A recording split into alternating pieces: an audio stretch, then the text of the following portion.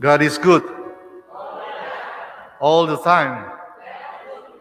Puji Tuhan, pada malam hari ini bukan secara kebetulan saya bertemu dengan Pak Aritonang di gang dan kemudian diizinkan untuk berbicara di Jemaat Tanjung Anom di malam permintaan doa bersama-sama dengan saudara-saudara yang hadir di gereja maupun yang mengikuti secara hybrid atau melalui media Zoom.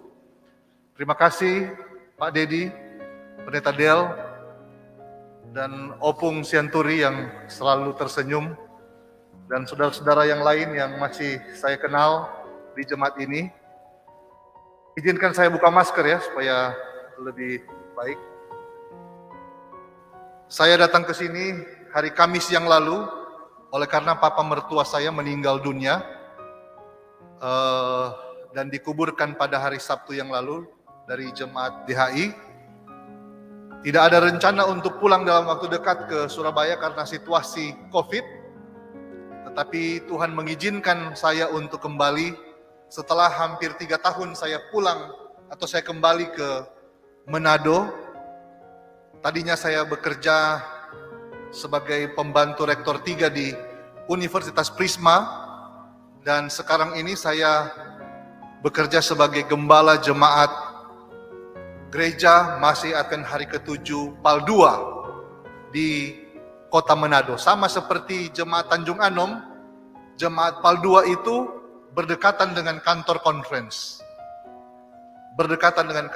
Jadi di depan jemaatnya, di belakang kantor conference-nya. Kalau ini di samping kantornya, di samping juga gerejanya. Dan baru saja saya ditempatkan di jemaat tersebut kurang lebih 3 bulan, dari Januari sampai pada bulan pertengahan bulan Maret ini, dan mudah-mudahan akan berlanjut seterusnya. 2 minggu lalu saya berada di Labuha Bacan, salah satu cabang dari sekolah sahabat cabang dari jemaat PAL 2. Dia menyeberang ke Pulau Maluku Utara di Halmahera Selatan. Kami sedang membuka pelayanan di sana dan mudah-mudahan tanggal 7 April ini akan diorganisir sebagai jemaat. Dan saya senang boleh kembali datang ke Surabaya bertemu dengan saudara-saudara, teman main badminton kita, dan selalu makan bersama pada waktu saya berada di tempat ini. Saya lihat ada Ibu Pendeta Tambunan ya. Dan sebelum kita mulaikan firman Tuhan, mari kita berdoa. Bapa kami yang di surga, kami rindu makan dari firman-Mu di malam permintaan doa ini. Tuhan berkati kami, kuduskan, sehingga kami dikuatkan melalui pekabaran firman Tuhan ini. Di dalam nama Yesus Kristus. Amin. Kita akan berbicara sedikit mengenai apa yang disebutkan dengan the real blessing atau berkat yang sesungguhnya. Ada orang mengatakan begini, kalau kita kena sakit, kalau kita kena penderitaan, kalau kita mengalami kecelakaan, kalau kita mengalami nasib buruk, kita sedang dikutuk. Ada orang katakan demikian. Apakah benar Alkitab berbicara tentang kutuk? Kalau kita telusuri di waktu yang singkat ini, di dalam perjanjian lama kita dapati kutuk itu diakibatkan oleh apa? Dosa. Tidak ada kutuk di dalam Alkitab. Kutuk terjadi oleh karena ada apa? Dosa. Itu sebabnya jangan kita kemudian berasumsi bahwa penderitaan itu adalah kutuk dari Tuhan. Apa sebetulnya itu penderitaan?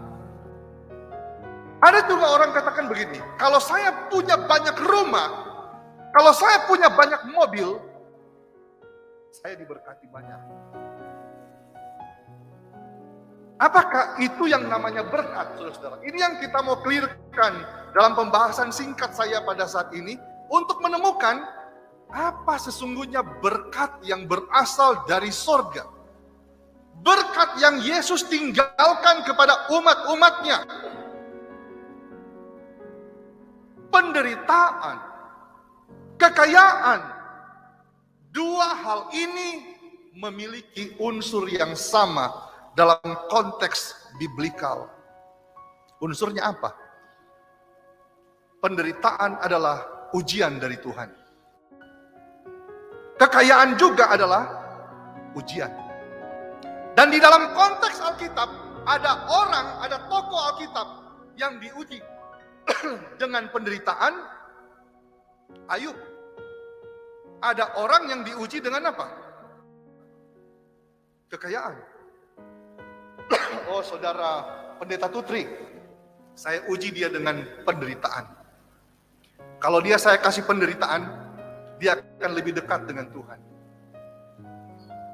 Oh, Bapak Ari Tonang, saya uji dia dengan kekayaan. Kalau dia kaya, dia akan lebih dekat dengan siapa? Dengan Tuhan.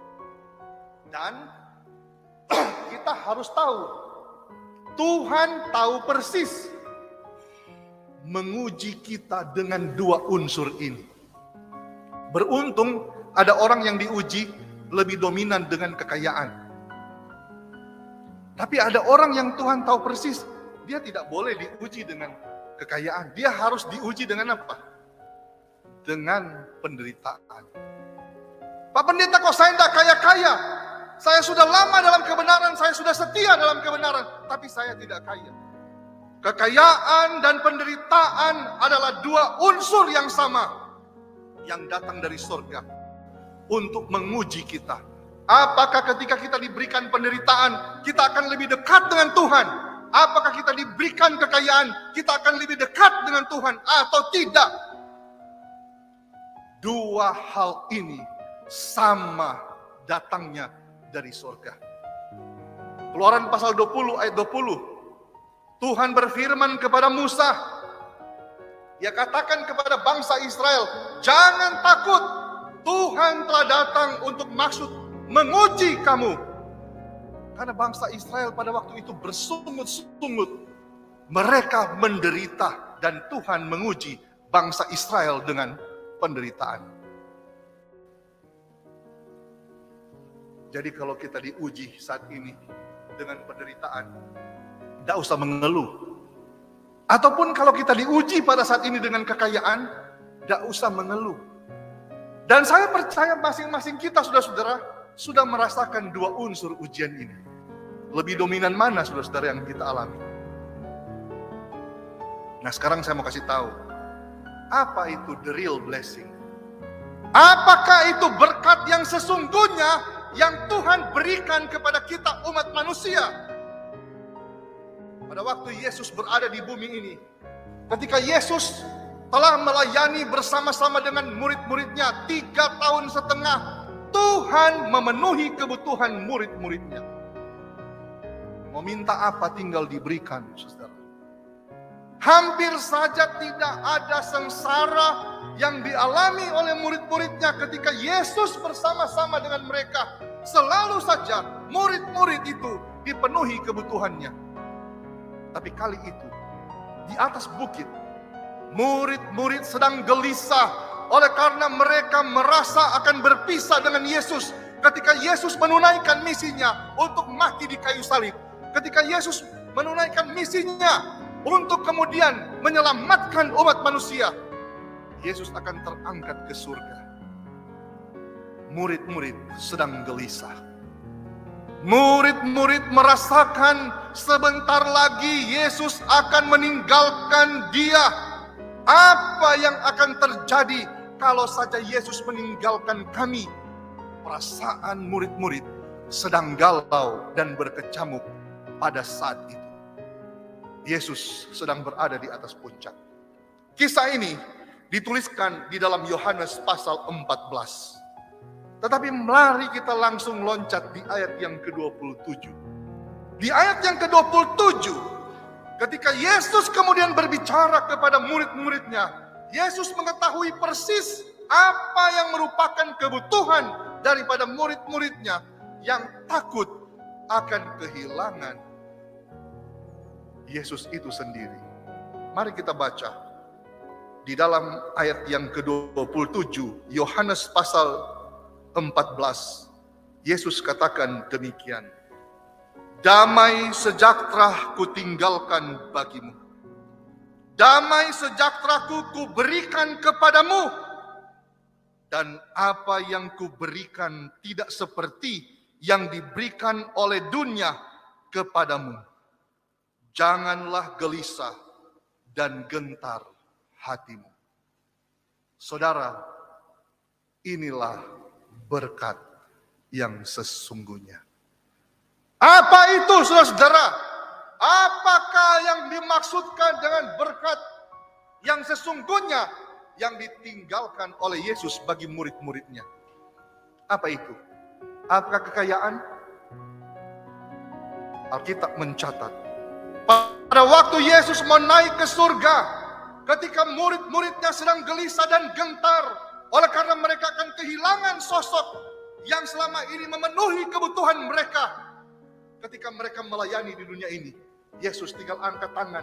Yesus tinggal mengucapkan semua kebutuhan murid-muridnya terpenuhi. Tetapi saat itu, murid-muridnya akan kehilangan Yesus. Lalu Yesus bilang apa? 2 kali Yesus ucapkan itu kepada murid-murid. Damai sejahtera kuberikan kepadamu. Damai sejahteraku kutinggalkan kepadamu. Saudara-saudara, inilah yang merupakan berkat yang sesungguhnya. Apa itu? Rasa damai sejahtera. Ada orang kaya tapi tidak damai. Tapi saudara-saudara lihat, ada orang yang tidak punya apa-apa, dia bisa tidur pulas di bawah emperan toko di sana. Karena ada damai di hatinya. Damai sejahtera adalah berkat yang sesungguhnya yang Yesus tinggalkan kepada kita murid-muridnya yang sedang merasakan galau dan sedang merasakan gelisah di dunia yang penuh dengan ketidakpastian ini, saudara. Damai sejahtera adalah instrumen istimewa yang Yesus ucapkan kepada murid-muridnya sebelum dia naik ke surga. Bayangkan saudara, perhatikan 2 kali Yesus katakan, damai sejahteraku kuberikan. Damai sejahteraku ku apa? Kutinggalkan. Saudara, orang di dunia ini, walaupun dia memiliki segalanya, tetapi kalau hatinya sudah tidak damai, dia akan kehilangan segala sesuatu. Tetapi kalaupun dia tidak memiliki apa-apa di dunia ini, dia hanya sedikit diberikan kesempatan untuk menikmati kehidupan dunia ini.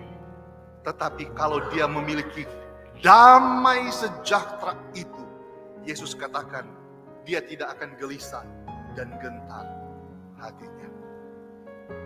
Inilah yang harus kita miliki di dunia yang penuh dengan ketidakpastian saat ini.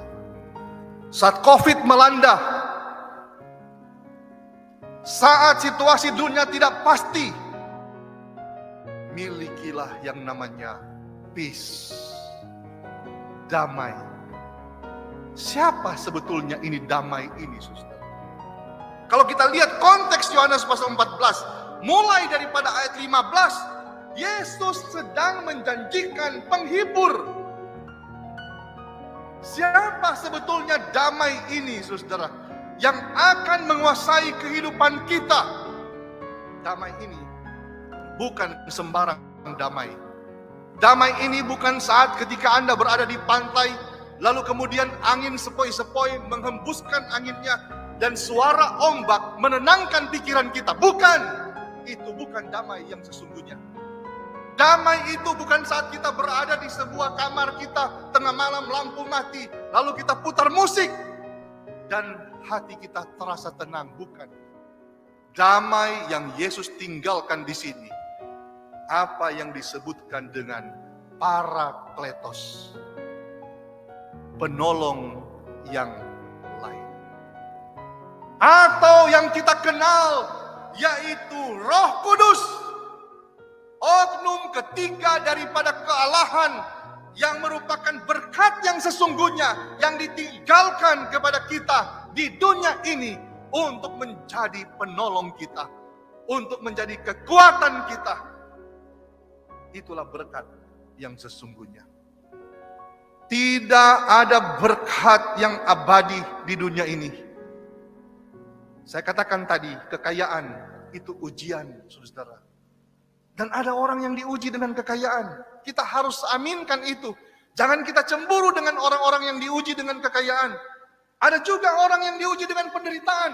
Jangan juga kita mengeluh kalau kita mendapatkan penderitaan. Dua hal ini sama, supaya kita dituntun lebih dekat kepada Tuhan. Toh ending-endingnya kita akan melihat kerajaan sorga kalau kita dekat dengan Tuhan. Tetapi saat kita di dunia ini, jikapun kita membutuhkan berkat, saudara-saudara, marilah kita minta Parakletos, Roh Kudus, peace, damai sejahtera itu akan mempengaruhi kehidupan kita, sehingga dimanapun kita berada, kita akan merasa damai. Kalau saya mau bersaksi sedikit, saudara-saudara, waktu saya ke Manado, saya pikir saya akan damai di sana. Saya ditempatkan atau dipanggil bekerja di Manado di sebuah universitas. Pada waktu saya di sana, saya ingat bagaimana Jawa Timur, Conference Jawa Timur yang begitu makmur. Saya tinggal di kota Surabaya, melayani di Surabaya cukup lama. Di Conference Jawa Timur hampir 15 tahun saya melayani.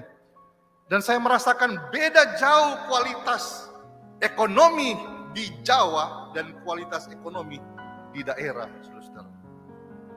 Ketika COVID melanda, saudara-saudara, hampir kurang lebih 1 tahun kami tidak terima gaji. Bagaimana mungkin saya mau hidupkan keluarga saya?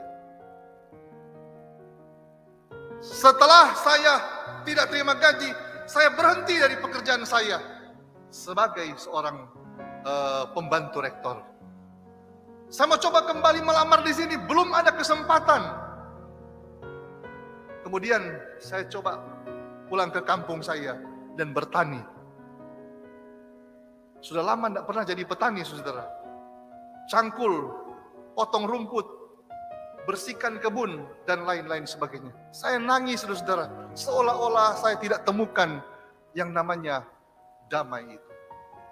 Tapi kemudian ketika saya bermeditasi dan saya menemukan pelajaran ini, bahwa sesungguhnya damai itu adalah Roh Kudus. Parakletos yang dikirimkan di ayat 26, tetapi penghibur yaitu Roh Kudus yang akan diutus oleh Bapa dalam namaku, dialah yang akan mengajarkan segala sesuatu kepadamu dan akan mengingatkan kamu akan semua yang telah kukatakan kepadamu. Saudara, di tengah-tengah situasi yang tidak pasti ini, hanya satu berkat yang harus kita miliki. Apa itu? Rasa damai di dalam Kristus. Peace in Christ. Damai di dalam Kristus. Jangan sampai kita kehilangan hal itu. Meskipun kita dalam segala tantangan kehidupan, meskipun dalam segala situasi hidup yang mungkin tidak mengenakan bagi kita, milikilah damai. Pasti kita bisa tidur nyenyak kalau hati kita damai. Pasti kita bisa berkomunikasi dengan sesama kalau hati kita damai. Pasti kita bisa menginjil kalau hati kita damai. Pasti kita bisa mencari nafkah kalau hati kita damai. Itu sebabnya Yesus tidak salah ketika murid-muridnya merasakan keterpisahan yang besar oleh karena Yesus mau naik ke surga. Yesus katakan, damai sejahtera ku tinggalkan kepadamu. Damai sejahteraku ku berikan kepadamu. Kiranya Tuhan akan menolong dan memberkati kita.